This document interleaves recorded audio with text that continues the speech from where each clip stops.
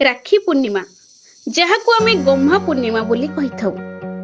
राखी पूर्णिमा एमिति एक दिन जो दिन चारिआडे भक्ति और स्नेहर परिवेश देखा जाए। जो दिन पाई मास मास धरी अपेक्षा रुहंती समस्त घरर प्रतिटी भाई और भौणी, छोट गाँ ठारू आरंभ करी अनेक बड़ बड़ सहर पर्यंत सबुठी केवल खुशीर लहरी। जदि केउ भाई विदेश रे निज कर्म क्षेत्र रे रही थांती तथापि चली आसंती घर को, कारण तांकर सेई सुना नाकी भौणी हातरू राखी बांधिबे बोली।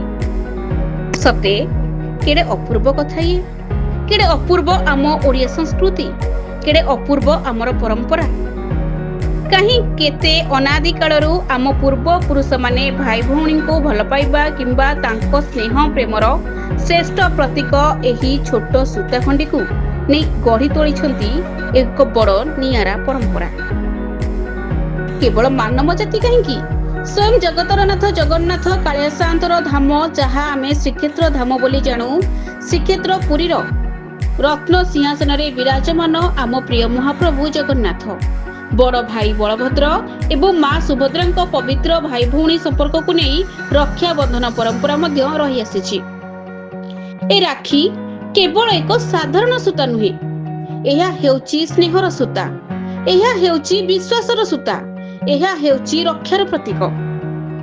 राखीर अर्थ रक्षा कवच, जहा भौणी भाईर सुख मनासिबा बेले भाई ता भौणी को प्रतिटी विपदरु रक्षा करिबा पई रक्षा कवच परि पाखरे थाए।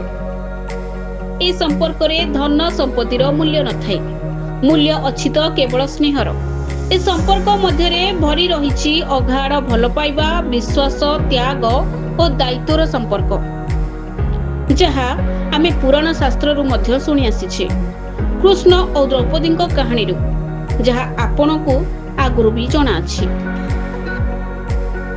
आपण माने जानिथिबे महाभारत रे एक प्रसिद्ध कथा अनुसार एकदा श्रीकृष्ण को हाथ रे आघात लागिथिला। ए द्रौपदी देखि बहुत व्यस्त होई पड़िथिले। निज साड़ी रु छोट कपड़ाटी चिरी कृष्ण को हाथ रे बांधि देइथिले, जे कपड़ा रे लुचि रहिथिला भौणीर स्नेह और ममता। कृष्ण द्रौपदी एही स्नेह को मध्य भूली नथिले। से सेबेठू द्रौपदी को निज भौणी रूपरे ग्रहण करथिले, तांकू सर्वदा सुरक्षा देबा पई मध्य से प्रतिज्ञा करथिले। जहा परवर्ती समय रे आपण माने भलो से जानिथिबे, कौरव सभारे द्रौपदी को अपमान करा जाउथिबा समय रे कृष्ण तांको भाईर दायित्व पालन करी तांको मर्यादा रखिथिले। एही परी अनेक कहानी रहिछि, जहाको वर्णना कले सरिबो नाही। आज जेतेबेले भाई भौणी मध्य रे रक्षा बंधन पालन करा जाए, आमे से ईश्वरक दिव्य भाई भौणी संपर्क को मध्य स्मरण करिबा उचित।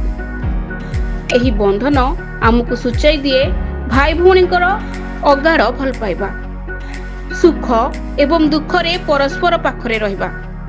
आ सबुठारु बड़ कथा शिखाए जे एही स्नेहर सूता को केबे छिंडिबाकू देबा नाही।